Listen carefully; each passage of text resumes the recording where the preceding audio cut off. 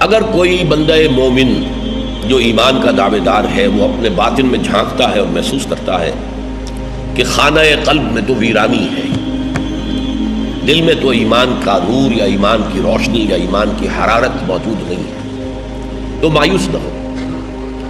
جان لو جیسے تم دیکھتے ہو زمین مردہ پڑی ہوتی ہے، پھر بارش برستی ہے تو زندہ ہو جاتی ہے، ایسے ہی اللہ تعالیٰ تمہارے دلوں کی مردہ زمین کو بھی اثر نو حیات تازہ سے سرفراز کر سکتا ہے۔ البتہ ایک کام تمہیں کرنا ہوگا، انسان کی معنوی شخصیت کے ارتقاء میں ایک ہماری ظاہری شخصیت ہے، یہ ہاتھ پاؤں جو مجھے میرے آپ کو نظر آ رہے ہیں، آپ کے مجھے نظر آ رہے ہیں، ایک میرے اور آپ کے اندر چھپی ہوئی معنوی شخصیت ہے، باطنی شخصیت۔ تو انسان کی معنوی شخصیت کے ارتقاء کو روکنے والی شے جس کو میں نے مثال دی تھی، اس کے لیے بریک لگا ہوا ہو جیسے گاڑی کو، اب آپ نے انجن سٹارٹ کر لیا ہے، پھر آپ ایکسلریٹر دبا رہے ہیں، گاڑی نہیں چل رہی، بریک لگی ہوئی ہے، تو بریک نہیں کھولیں گے تو گاڑی نہیں چلے گی۔ اسی طرح معنوی شخصیت میں بریک ہوتا ہے حب دنیا، جس کا سب سے بڑا مظہر ہے حب مال۔ اس بریک کو کھولو، مال کی محبت کھرچ کھرچ کر دل سے نکال دو، اس کے بعد گاڑی تمہاری چلے گی، فراٹے بھرے گی۔ البتہ یہ ہے کہ یہ دو مختلف راستوں پہ چلے گی، یا اس پہ یا اس پہ۔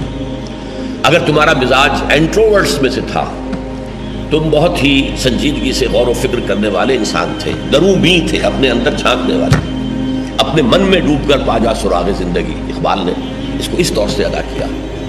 اور اگر تمہارے اندر اخلاقی حس جو اللہ نے رکھی ہوئی ہے، وَنَفْسٍ وَمَا سَوَّاهَا فَأَلْهَمَهَا فُجُورَهَا وَتَقْوَاهَا، نیکی اور بدی کا امتیاز تمہارے اندر رکھا، وہ کچھ بیدار ہے، انسانی ہمدردی کا کوئی مادہ موجود ہے، تو تم صدیقیت کے مقام تک جا سکتے ہو، جو مقام نبوت سے بہت قریب ہے۔ نبوت آؤٹ آف باؤنڈس ہے، پہلے بھی اکتسابی نہیں تھی، کوئی اپنی محنت سے نبوت حاصل نہیں کر سکتا تھا، مشقت سے، ریاضت سے، عبادت سے نہیں، وہ وحی چیز تھی، اللہ کی طرف سے عطا ہوتی تھی، اور اب حضور کے بعد اس کا دروازہ بند۔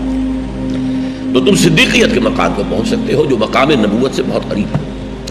اگر تمہارا مزاج تھا ایکسٹروورٹس، کھیلنے کودنے والا، بھاگنے دوڑنے والا، خام خواہ کو لڑائیاں بھی مول لینے والا، جاتے ہوئے کہ کسی کو دھکا مارنے والا، پھر دل بھی ایسا لا ابالی سا، کوئی پرواہ نہیں، کوئی دکھ میں ہے تو ہوا کرے، کوئی تکلیف میں ہے تو ہوا کرے، مجھے کیا۔ اور یہ کہ وہ انسان کی جو حس بھی جو ہے وہ اندر سے محسوس ہو کہ وہ کچھ ختم ہوئی بھی ہے۔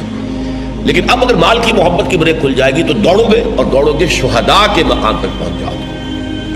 اب صدیق وہ ہے کہ جو قبول ایمان میں سبقت کرتا ہے، فوراً آگے آتا ہے، دیر نہیں لگاتا۔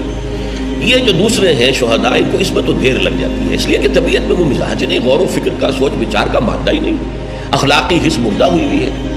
کہیں جذباتی طور پر ایموشنلی یہ غلاف پھٹتا ہے، تو پھر جب یہ بڑھتے ہیں عملی اعتبار سے صدیقین سے آگے نکل جاتے ہیں۔ ظاہر بات ہے کہ ایک ہے غور و فکر کرنے والا مزاج، درومی، اس کی جو ہے وہ قواعد عملیہ اتنی نہیں ہوتی، بھاگ دوڑ، یہ وہ لڑائی بھڑائی، ٹھیک ہے، لیکن جس کا مزاج ہی وہ تھا، اس کے اندر یہ کہ وہ عمل کے میدان میں پھر صدیقین سے آگے نکل جاتے ہیں۔ لیکن اس کا یہ مطلب نہیں کہ مقام شہادت مقام صدیقیت سے برتر ہے، نہیں، معاذ اللہ۔ حضرت ابوبکر نہایت نحیف جسم کے مالک اور بڑے رقیق القلب انسان، لیکن ان کے اندر جو کوہ ہمالیہ موجود تھا، ان کی قوت ارادی، وہ مانعین زکوٰۃ کے معاملے میں ظاہر ہو گئی۔ حضرت عمر بھی کہہ رہے تھے کہ کچھ کمپرومائز کر دیجئے، ان سے تیسرا محاذ نہ کھولیے، اور حضرت ابوبکر نے ڈانٹ دیا، عمر تم دور جاہلیت میں تو بڑے سخت تھے، اب آ کر اتنے نرم ہو گئے، مجھے یہ مشورہ دے رہے، ایبدل الدین وانا حی، میرے جیتے جی دین کے اندر ترمیم ہوگی؟ نہیں ہو سکتی، اگر کوئی میرے ساتھ نہیں جائے گا تو میں اکیلا جاؤں۔ اب یہ عظیمت کا پہاڑ ابوبکر میں تھا، لیکن اس کے اوپر وہ رقت قلبی، وہ جو ذاتی نیکی، وہ انسانی ہمدردی، یہ چیزیں جو ہے ان کا غلاف زیادہ تھا۔ جبکہ حضرت عمر، حضرت حمزہ وہ ایمان لائے، صدیقین تو بہت سے موجود تھے پہلے جو ایمان لا چکے تھے، عشرہ مبشرہ کے اکثر لوگ جو ہیں وہ صدیقین میں سے ہیں، لیکن یہ کہ وہ جرأت اور ہمت ابھی مسلمانوں میں نہیں تھی کہ وہ کھل کر آئیں اور بیت اللہ میں آ کر، حرم میں آ کر نماز پڑھیں۔ یہ حضرت عمر اور حضرت حمزہ کے ایمان لانے کے بعد یہ صورتحال پیدا ہو گئی۔ تو ایک تو یہ ذہن میں رکھیے، لیکن رتبہ یقیناً شہداء کا کم تر رہے گا صدیقین سے۔ آخری بات میں کہہ رہا تھا، مجھے توجہ منعقد کرائی گئی کہ وہ بات رہ گئی، میں نے کہا تھا ایمبیورٹ لوگ، یہ بہت شاذ، جن میں یہ دونوں چیزیں، قواعد فکری، قواعد ذہنی، اور انسان کے اندر کی حس نیکی کی اور بدی کے فرق کی، یہ بھی موجود، اور بھاگ دوڑ، سعی، جہد، جد و جہد، یہ بھی موجود۔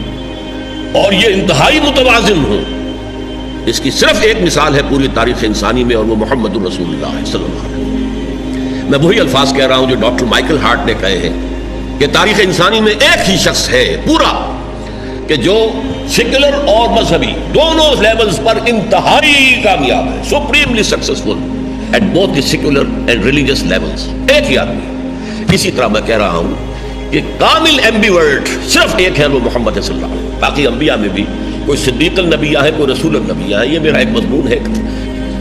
ایمبیورٹس البتہ اچھا ایک معنی میں جدید سائیکالوجی میں ایمبیورٹ جو ہے اس کے اندر اندیشہ ہوتا ہے۔ یہ جو توازن ہے یہ ذرا سا اگر کہیں ڈسٹرب ہو جائے تو انسان ذہنی مریض ہو جاتا ہے۔ اس توازن کا برقرار رکھنا آسان نہیں ہے۔ جیسے میں نے کہا ایک انسان، اب اگر کسی دوسرے انسان کے اندر یہ شخصیت ہے کہ دونوں پہلو موجود ہیں تو اسے برقرار رکھنا بہت مشکل۔ صحابہ کرام میں صرف ایک حضور کے صحابی ہیں جو ایمبیورٹ، اور وہ حضرت علی ہے رضی اللہ تعالیٰ۔ آپ کو معلوم ہے ایک طرف علم میں بہت بلند، فکر میں بہت بلند، اقداہم علی، صحیح فیصلوں تک پہنچنے کی صلاحیت سب سے بڑھ کر میرے صحابہ میں علی کے اندر، فکری، نظری، عربی گرامر انہوں نے مرتب کی ہے، بہت بڑے شاعر، بہت بڑے خطیب، ساتھ ہی میدان جنگ میں ان کے جوہر، ان کے تلوار جو بھی جوہر دکھاتی تھی وہ سب کو معلوم ہے۔